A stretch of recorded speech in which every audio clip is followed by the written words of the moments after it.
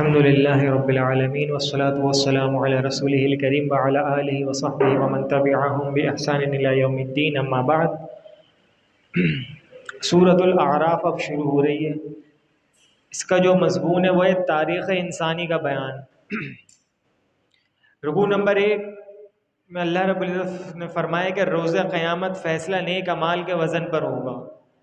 اس میں آگاہ کیا گیا کہ اللہ نے کئی قوموں کو ان کے گناہوں کی وجہ سے ہلاک کیا۔ جب تباہی آئی تو وہ اعتراف کرنے لگے کہ ہم ہی ظالم ہیں۔ یہ تو دنیاوی بربادی تھی، لیکن اللہ رب العزت نے آخرت میں دردناک عذاب رکھا ہوا تھا ان کے لیے۔ فرمایا کہ جن کی نیکیاں زیادہ ہوئیں وہ کامیاب ہو گئے، جن کے نیک اعمال کم ہوئے وہ دردناک عذاب کا شکار ہو گئے۔ رکوع نمبر 2 پر آ جائیں کہ ابلیسیت اور آدمیت میں کیا فرق ہے، ابلیس اور آدمی میں کیا فرق ہے۔ فرمایا اس رکوع کے اندر قصہ آدم علیہ السلام بیان کیا گیا۔ مشہور قصہ ہم سب واقف ہیں اس طریقے سے کہ جس طریقے سے آدم علیہ السلام کو ابلیس ملعون نے جنت سے نکلوایا تھا۔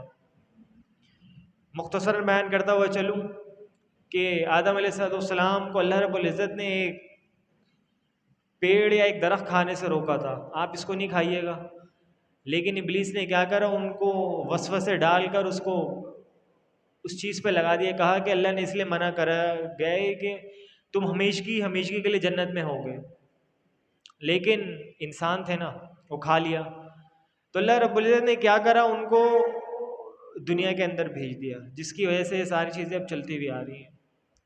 تو کس طریقے سے، جیسے ہی اب یہاں پہ دیکھیں کہ اس کے برعکس حضرت آدم علیہ السلام کو اللہ نے بڑائی عطا کری کہ انہوں نے یہ نہیں کہا کہ اللہ میں اپنے گناہ پر ڈٹا رہوں گا، بلکہ جیسے ہی خطا کا احساس ہوا تو اظہار ندامت کیا اور خطا کا ذمہ دار اپنے آپ کو ٹھہرایا کہ اللہ جو کچھ ہوا ہے وہ میری وجہ سے ہوا تھا۔ پھر اللہ رب العزت نے کلمات سکھائے، فَتَلَقَّىٰ آدَمَ بِكَلِمَةٍ رَبَّنَا ظَلَمْنَا أَنفُسَنَا وَإِن لَّمْ تَغْفِرْ لَنَا وَتَرْحَمْنَا لَنَكُونَنَّ مِنَ الْخَاسِرِينَ۔ اے اللہ اگر تو مجھے معاف نہیں کرے گا پھر کون معاف کرنے والا ہے؟ تیری ہی تو ذات ہے جو معاف کرنے والی ہے۔ وَإِن لَّمْ تَغْفِرْ لَنَا، اگر تو نے مجھے معاف نہیں کرا، وَلَتَكُونَنَّ مِنَ الْخَاسِرِينَ، تو میں خسارہ پانے والوں میں ہو جاؤں گا۔ تو اللہ رب العزت نے ان کی دعا قبول فرمائی اور یہ سلسلہ جاری کر دیا۔ رکوع نمبر 3 پر آ جائیں کہ لباس میں تقوی کا اہتمام کرو، کہ اس رکوع میں آگاہ کیا گیا ہے کہ اللہ نے انسان کو ایسا لباس عطا کیا ہے جو اس کی ستر پوشی کرتا ہے اور اس کے لیے زیب و زینت بھی بنتا ہے۔ شیطان اور اس کا ٹولہ چاہتا ہے کہ انسان اس لباس کو اتار دے۔ قرآن میں آئے نا، ہن لباس لکم وانتم لباس لہن۔ اللہ چاہتا ہے کہ انسان لباس کا اہتمام کرے تقوی کے ساتھ، یعنی مکمل طور پر ڈھکا رہے۔ یہ خاص طور پہ عورتوں کے لیے ہے یہ والی بات۔ آج کل جو ہمارا معاشرہ بن چکا ہے، ہاف سلیوز پہننا، دوپٹے اتار دیے، ٹھیک ہے نا، بالکل اب برعکس ہو چکا ہے۔ ہونا تو یہ شریعت نے حکم دیا ہے کہ مرد اپنی شلوار ٹخنوں سے ہمیشہ اونچی رکھیں اور عورتیں ہر چیز کو ڈھانپ کے رکھیں۔ امام احمد بن حنبل کے بارے میں آتا، وہ تو اتنے سخت تھے پردے کے کہ کہتے ہیں کہ عورت کا ناخن ہے نا وہ بھی نہیں نظر آنا چاہیے، چہرہ تو دور کی بات ہے، عورت کا ناخن وہ بھی نظر نہیں آنا چاہیے، عورت کو چاہیے اس کا بھی پردہ کرے۔ آج بالکل اس کے برعکس ہے، عورتوں کے جو ٹخنے ہیں وہ بالکل ننگے ہوتے ہیں، کھلے ہوتے ہیں، اور مردوں کے ٹخنے ڈھکے ہوئے ہوتے ہیں۔ اللہ ہمیں سنت پر عمل کرنے کی توفیق عطا فرمائے۔ اللہ کے نبی علیہ السلام نے فرمایا تھا کہ ما اسفل من الکعبین فی الازار وفی النار، ما اسفل من الکعبین وفی الازار وفی النار، وکما قال علیہ السلام کہ انسان کا جو حصہ ہے نا، اس کے جو ٹخنے ہیں اس کے درمیان ہے، اگر وہ کھلا ہوا نہ ہو، وہ ظاہر بالکل بند ہو، تو وہ کیا ہے، جہنم کے حصوں میں سے ہو۔ تو اللہ رب العزت اس کے وہ جو ٹخنے نا وہ جہنم میں جلائیں گے اللہ رب العزت ان ٹخنوں کو۔ تو ہونا یہ چاہیے کہ اس کو بہت ساری حکمتیں ہیں اس کو کھلے رکھنے سے، ابھی ٹائم نہیں ورنہ بیان ہوتا۔ رکوع نمبر اب 4 پہ آ جائیں کہ غیر تربیت یافتہ اولاد کی ماں باپ کے خلاف بد دعا۔ اہم رکوع آ گیا ابھی بالکل۔ اولاد ہوتی ہے، ہر کسی کو شوق ہوتا ہے کہ میری اولاد ہو، لیکن اس کی تربیت کا شوق کسی کسی کو ہوتا ہے۔ تربیت تو کرنا ہم چاہتے ہیں، لیکن یہ سوچ کے تربیت کرتے ہیں یہ بڑا ہوگا کیا کرے گا، میرے لیے سہارا بنے گا، میں اس کو اچھی سے اچھی تعلیم دلواؤں، پھر کیا ہوگا؟ اچھی سے اچھی اس کو جاب لگ جائے گی، جاب لگے گا، ایک اسٹیٹس ہوگا، یار اتنی بڑی کمپنی میں کام کرتا ہے، ملٹی نیشنل میں، اچھے سے اچھا رشتہ ملے گا، تو بس دنیاوی معاملات بس، اور کچھ نہیں۔ تو اللہ رب العزت نے فرمایا اس رکوع میں کہ اللہ نے جو بھی پاکیزہ رزق اور زیب و زینت کی اشیاء بنائی ہے وہ ہرگز حرام نہیں ہے، حکم یہ ہے کہ انہیں حلال طریقے سے حاصل کیا جائے، نہ کہ حرام طریقوں سے۔ اس رکوع میں خبردار کیا گیا ہے کہ اگر اولاد کی صحیح تربیت نہ کی تو وہ اولاد جہنم میں جانے کا سبب بنے گی ماں باپ کے، اور جہنم میں جانے کے بعد فرمائیں گے اللہ ہمارے ماں باپ کو تو دوگنا عذاب دے۔ اب ماں باپ بڑے پریشان ہوتے ہیں، اولاد ہے نا، اتنی محبت ہے، لیکن اولاد بد دعائیں کرے گی جہنم میں جانے کے بعد، کیا وجہ ہے؟ صحیح تربیت نہیں کرے اولاد کی۔ آج سے اس چیز کو ذہن میں بٹھائیں کہ انشاءاللہ ہم سب نے اپنی اولادوں کی اچھی تربیت کرنی ہے۔ رکوع نمبر 5 پہ آ جائیں گے، جنت تمہارے اعمال کا بدلہ ہے۔ اللہ رب العزت نے فرمایا کہ اس رکوع میں ارشاد ہوا کہ جو تکبر کی وجہ سے اللہ کی تعلیمات کو جھٹلاتے ہیں جنت میں داخل نہ ہو سکیں گے کبھی بھی، جب تک کہ اونٹ سوئی کے ناکے سے گزر نہ جائے۔ سمجھ میں آئی کسی کو یہ بات؟ کیا بات سمجھ میں آئی؟ جب تک کہ اونٹ سوئی کے ناکے سے گزر نہ جائے، ناممکن ہے۔ اونٹ گزر سکتا ہے، سوئی ہوتی ہے نا، سوئی اس کا جو سوراخ ہوتا ہے، دھاگا اتنی مشکلوں سے جاتا ہے، اونٹ تو اتنی بڑی چیز ہے۔ تو اللہ رب العزت نے دیکھیں مثال کس طریقے سے دی، صحیح ہے جنت میں جائیں گے، لیکن کب ہوگا؟ جب تک اونٹ اس سوئی کے سوراخ میں سے گزر ہی نہ ہے، اور یہ ناممکن بات ہے، یہ ہو ہی نہیں سکتا۔ تو ہمیشہ ہمیشہ کہاں رہیں گے؟ جہنم میں۔ اللہ ہم سب کو محفوظ رکھے جہنم سے۔ تو یہ کن کا بدلہ ہے؟ جو لوگ نیک عمل نہیں کرتے تھے اور اللہ کی آیتوں کو جھٹلاتے تھے۔ اس کے برعکس جو لوگ ایمان لائے اور اچھے عمل کرتے رہے تو اللہ رب العزت وہ جنت میں اللہ کی حمد اس طرح بیان کریں گے، الحمدللہ الذی ہدانا لہذا وما کنا لنہتدی لولا ان ہدانا اللہ۔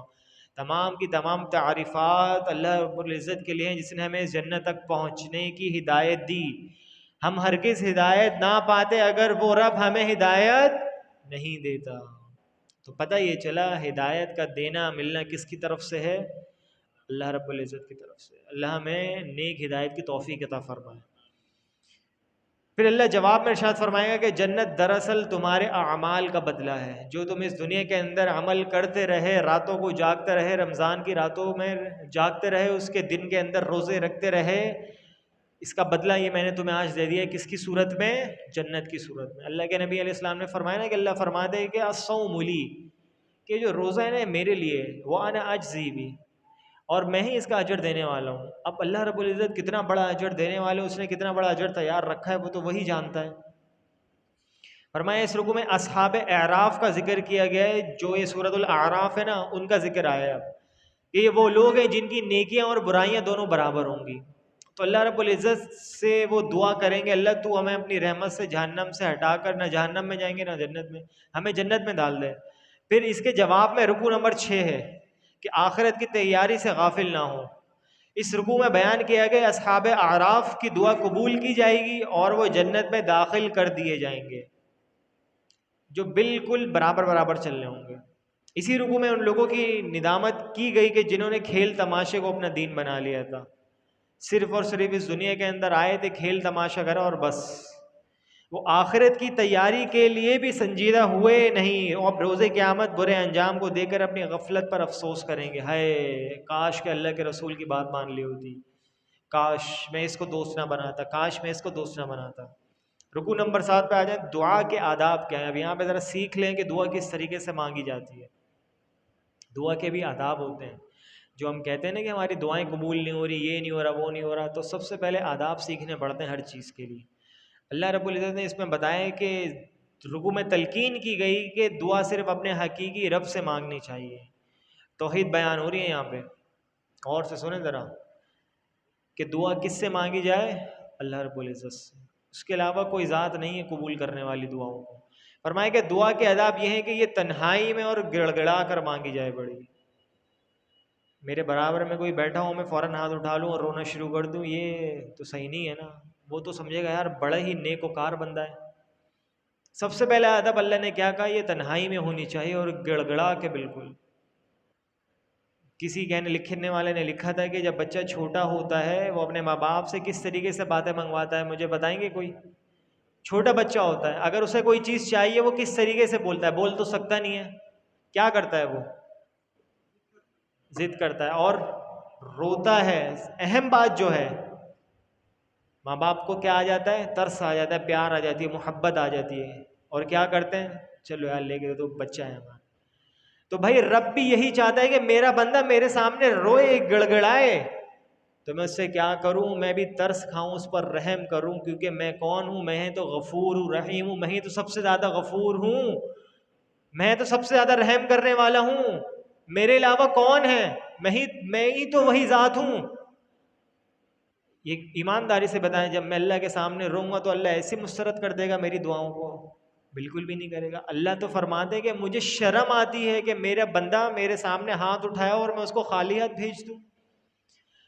اگر ان ہاتھوں کے اندر آنسو گریں گے تو یقین جانیے اللہ رب العزت کبھی بھی مایوس نہیں کرے گا بندے کو۔